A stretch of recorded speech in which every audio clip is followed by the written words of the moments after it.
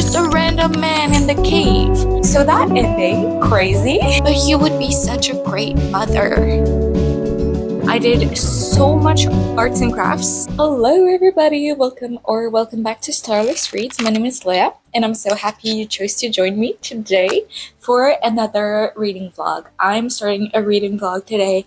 I'm really excited because it's supposed to be super beautiful weather in the next couple of days and I can fully enjoy reading outside again, and I'm so excited about that. I'm just excited for summer to be there. I'm going to introduce the book I'm currently reading. I started this book yesterday and that is Bloodmarked by Tracy Deonn. This is book 2 in the Legendborn cycle, the Legendborn trilogy, and I read book 1 at the beginning of this year, so I wanted to jump into this one before I've forgotten too many details about the first one.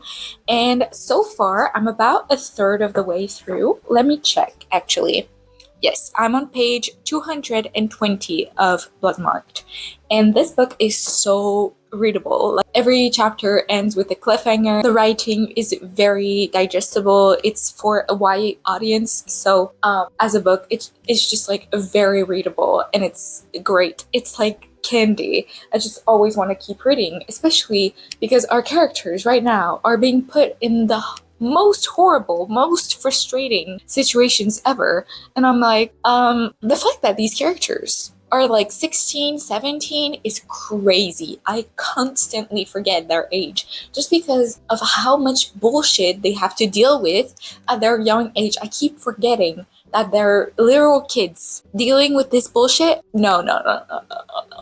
Especially our main girl, Bree. I'm going to remain very vague, okay? I don't want there to be any spoilers in this video, so I'm gonna be very vague. But our main girl, Bree, in the first book, gets involved in a secret society of magic.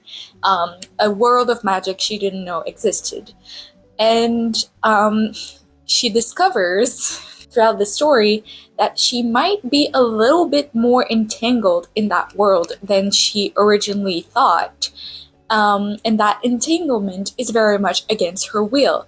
She does not want to be part of this fucked up world. But she has no choice. She's stuck in a horrible situation and people keep blaming her for something she never asked for. People are angry at her for being there.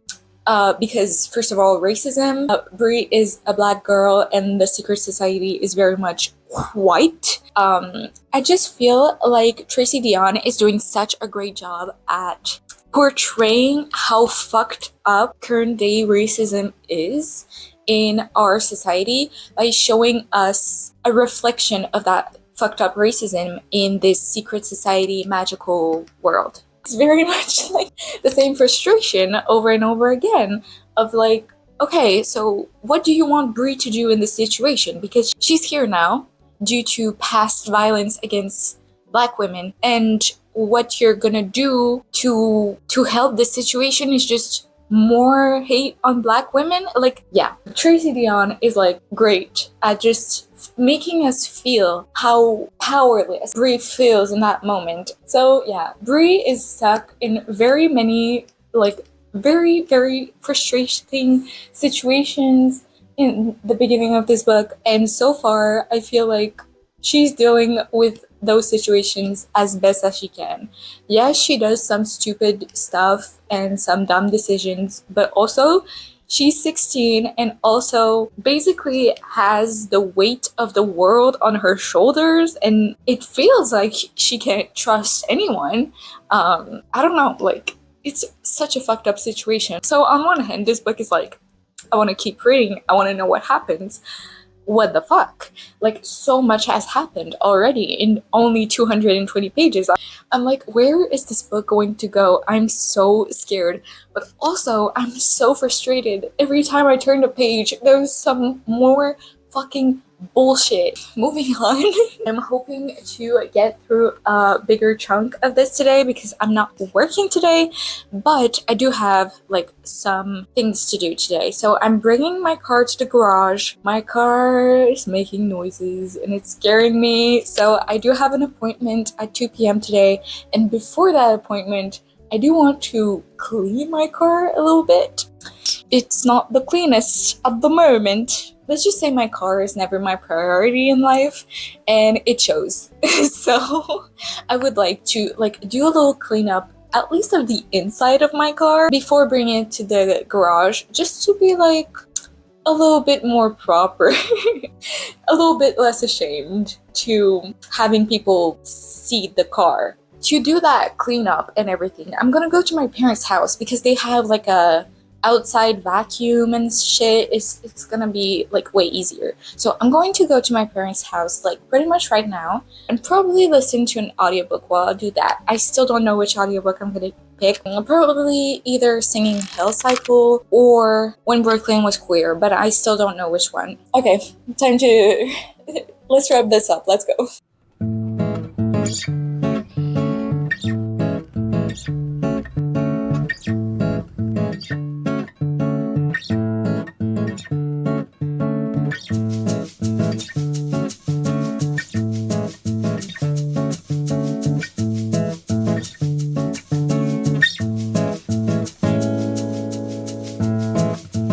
I'm back. It's been a couple of hours and I'm now much further into Bloodmarked. I'm on page 382 and I'm still really enjoying this. I will say something that I don't like as much in this series is it's hard for me to put my finger on it. World building and the magic in this is very, very complex, and I like that. I like the complexity of it. I just feel like I never know all of it. Like, still this far into the series, we're like close to the end of book 2, and I still don't feel like I fully grasp everything about this world. And that definitely has a lot to do with the fact that Brie is also new to this world and she's learning, and we as the reader are learning alongside her. I just feel like there's constantly new information that we're learning. Like, as a reader, I like to feel like I could guess what's going to happen next, or I could like guess what the characters are going to plan or what they're going to try to do to get out of a situation. But with this series, it's always like here's a new thing that you didn't know existed to get us out of a situation, and I don't like that. I don't like that. It's like, oh no, we're stuck in this situation. Well, here is this new convenient thing about this magic you didn't know. So that's one thing I don't like as much in this book. Hopefully we like stop getting this kind of information dumped on us at very convenient times, because that's really the only thing that kind of irks me about this series. Everything else I love. I love Brie as a main character, but I also love our side characters, especially in this. I feel so attached to our side characters. I love Alice so much. Alice as a friend, she is incredible. So I love Alice so much. There's a bird right outside my window. I really hope you can't hear him. He's loud as hell. Psst, psst. Yeah, annoying ass bird. Anyways, I love Alice. I love William. I love the side characters so much. And there is like a side plot of romance in this. And the romance, I had vibes of this in the first book as well. The romance is kind of love triangle-ish, but it also gives me vibes that it could be like polyamorous. It could become a throuple. Like, I feel like I see the vision. I just feel like our characters need to also see the vision. I would be very happy if that's where the romance went. Like, that way Brie wouldn't have to choose between her boys, and also the boys very homoerotic. The relationship they have between each other, like, yeah, nothing happened there. Are you sure? Anyways, yes, so I think that could be something fun, but it's really just a side plot, and also Brie has a lot to deal with at the moment, so maybe that's not her priority. I don't know. Oh, also today I had some time to waste waiting for my car, and I did listen to an audiobook just walking around the neighborhood waiting for my car to be ready. And I didn't start an audiobook that's on my TBR, even though my TBR is like huge, and I very much doubt that I'll be able to finish it. I still didn't start a book on my TBR just because I think I like being a rebel, you know.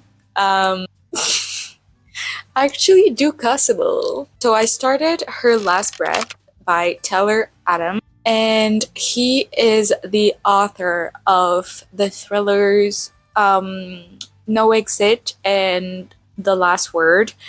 I enjoyed The Last Word so freaking much. I think it was last year was it last year or the year before? I don't know. But I listened to The Last Word by the same author on audiobook on like a long car ride. I just binged listened to the audiobook for The Last Word, and it was so great. So when I saw that there was a new book by him out this summer, I was like, okay, I'm gonna tune in because I want to know like what's going on.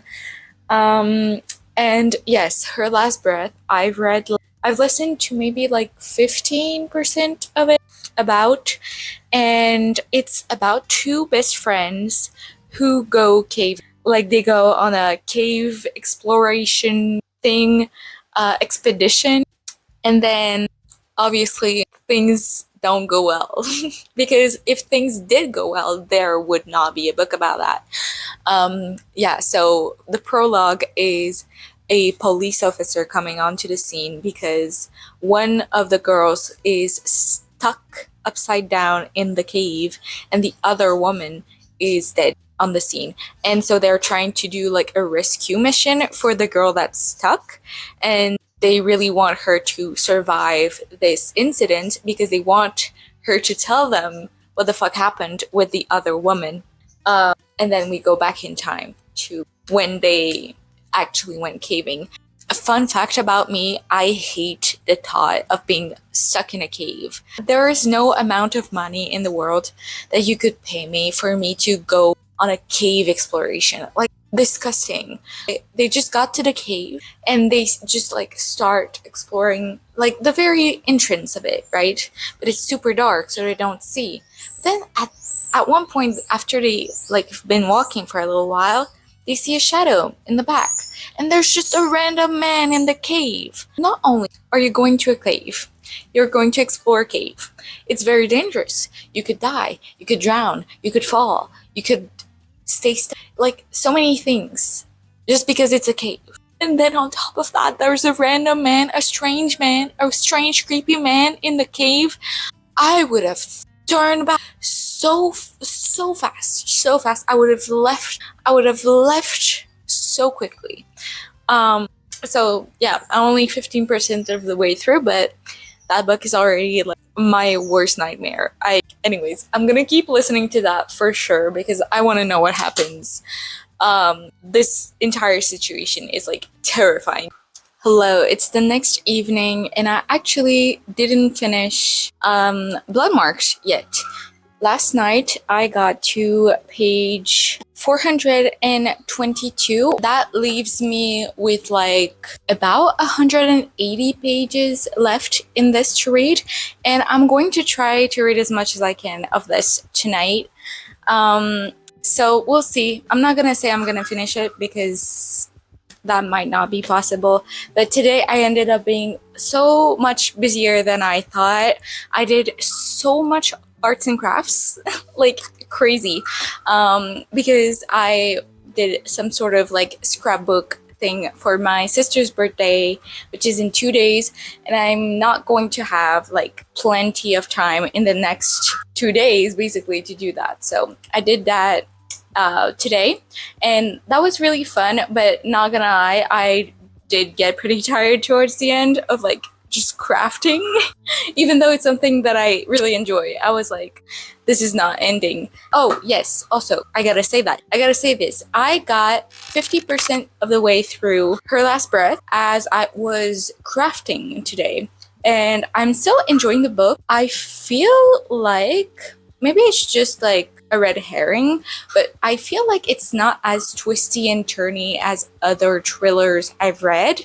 I feel like so far it's pretty straightforward. So I'm just like very curious as to where this is going. I'm not gonna say more than that, but I just feel like as of right now, especially since we know that one of the girl survived the like caving incident and she's alive to tell the tale, it kind of feels like, I don't know, there's nothing much that could be like twisty and turny and surprising. So yes, my plan for the evening is to read as much as I can of Bloodmarked, and we'll see what happens.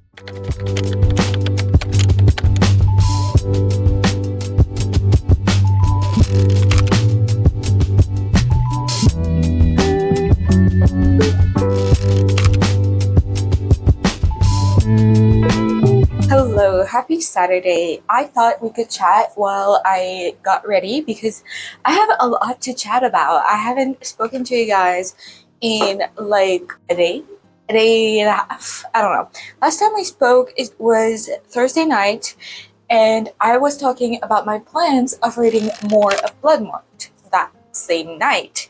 And I was like, oh, let's not say I'm gonna plan on finishing it because that sounds very tough. Like that sounds like a lot. We'll see what I can do. But then I did finish it on Thursday night. I finished Bloodmarked, and I have had the time to think about this book since then. So that ending, crazy. I've ended up on giving it a 4-star out of 5. Let me explain my reasoning. So the book itself is like compulsively readable. It is so addicting and you want to keep reading. However, the plot is kind of messy and a little bit convoluted. I feel like the pace is almost too quick. Like you don't really get the time to digest anything before you get sprung something else upon you. The magic and the world building is also kind of messy and convoluted. So those are like my low points, I think, for this book and this series in general.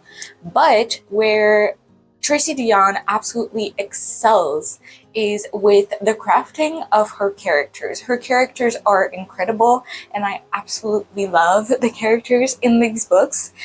So yeah, I absolutely love the characters, and the way she explores themes through these characters' journeys is just absolutely beautiful. I couldn't give this book lower than the 4 stars. No, that those characters they're my babies. The ending of that book was fucked. Why would you do this to me, Tracy Deonn?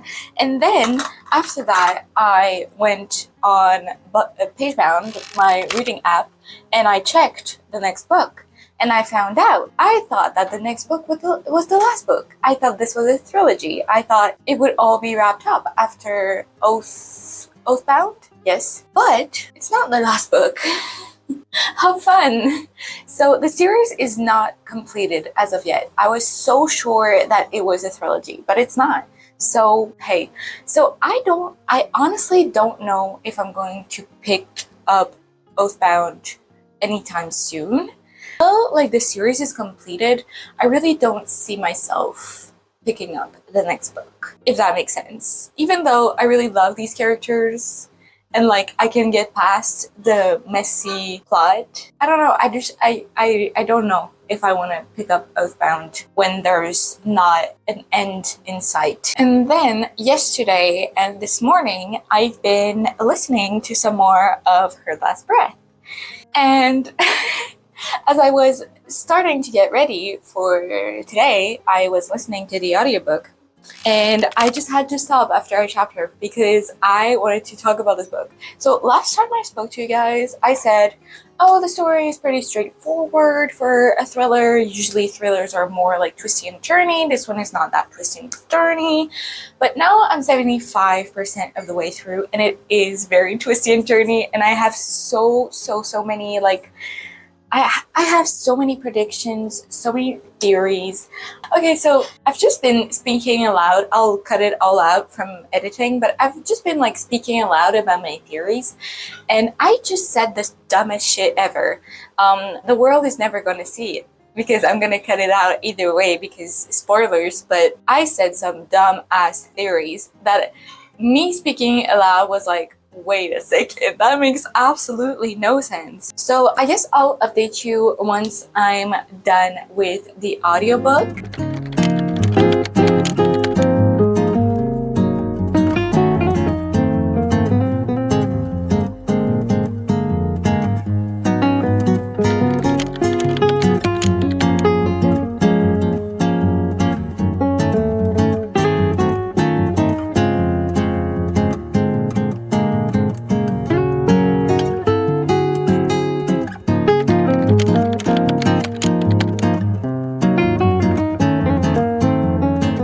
Okay, so I finished Her Last Breath by Taylor Adams, and I have thoughts. So my bonkers theories that I said this morning was obviously wrong because it was stupid, but it was not completely off. Like I had like a smidge of the truth in there. It was very small, but it was there. So I was somewhat right, a little bit right. I was a little tiny bit right, and that's what matters to me. And overall, I think it was a entertaining thriller. I really liked the caving aspect. Well, I didn't like it. It made me very stressed, and I still hate the idea of going caving. But for a thriller, it works really well.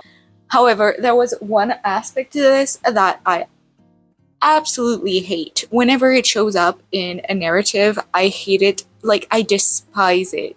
I'm not saying only men do this, but it usually shows up with men writers. Both remain vague when I talk about that aspect, but it's not really a big plot point of the book.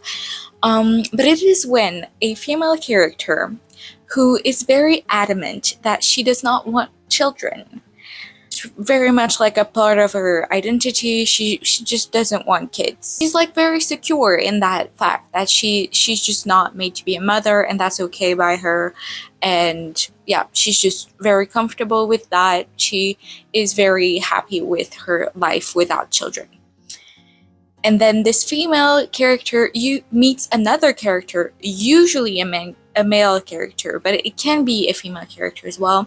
And that other character tells them, but you would be such a great mother. I hate that. And then I hate it even more when that makes the character have a change of heart and be like, wait, you're right, I would be such a great mother. I should have kids. Like, girl, no. Because someone telling you that you would be such a great mother shouldn't change anything. You can be great at a lot of stuff and still not want to do it. Like, anyways, that trope happening in books pisses me off. So that very small aspect of the book made me pissed off, to be honest, because I was like, fuck you. Fuck you. Well, fuck you. Yeah. And then I just wanted to give a quick little update because I did read a little bit of Sister Outsider by Audre Lorde. I'm reading the ebook version of it, and I read the first two writings. So the first one is Notes from a Trip to Russia, and then Poetry is Not a Luxury. And I really enjoyed both essays. Notes from a Trip to Russia is exactly what it sounds like. It's taken from her journals as she traveled in Russia in the 70s, and it's just basically a travel journal about her trip to Russia and how she felt in that moment. And it's beautifully written. And poetry is not a luxury. Talked about like how poetry is what we use for survival. Poetry is something every woman has inside of her, and poetry is how we can bridge the gap between the intrinsic feelings we have, and we can put them into words, and putting those unnameable feelings into words can lead to revolutionary action and can lead to change. Just from those two first writings, I can tell I will enjoy greatly this collection. I really want to take my time with each essay and really study it and absorb it as much as I can. And I will check in the future to find a physical copy of this as well, because I think I would really enjoy having a copy of this on my shelf and to be able to revisit it physically and feel the pages and just immerse myself in her writing, because it's so far it's great. So I think this is where I'll leave you guys off for this vlog. Thank you so much for watching. If you like this video, you can like it, you can hype it. If you like my face, you can subscribe. I do a lot of vlogs like this. Okay, bye. See ya!